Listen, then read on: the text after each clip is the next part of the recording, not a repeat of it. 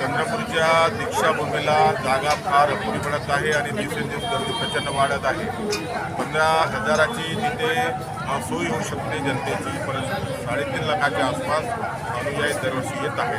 त्याच्यामुळे प्रचंड माप तिथे जमा होतो आणि वेळप्रसंगी काही जर झालं नंतर तिथे चेंगाचेंगीसुद्धा होऊ शकते. म्हणून लगतच एक क्लब ग्राउंड आहे, तो पूर्वी 56 लाख दीक्षाभूमीचा भाग राहिलेला आहे. त्याच्यामुळे तिथे देण्यात यावं,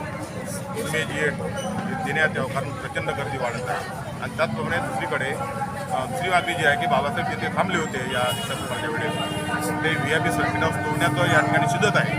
त्याचा निर्णय झालेला आहे PWDचा. त्यांना आम्ही खबरदार करतो की तुम्ही त्याला हात लावायचा नाही. बाबासाहेबांचं तिथे आंतरराष्ट्रीय स्मारक बनलं पाहिजे ही आपली दुसरी मागणी आहे. परत तिथे जो काही त्या चांदा क्लबला जुगार आणि दारूचं जे परवाना दिलेला आहे तो तत्काळ रद्द करण्यात यावा. ते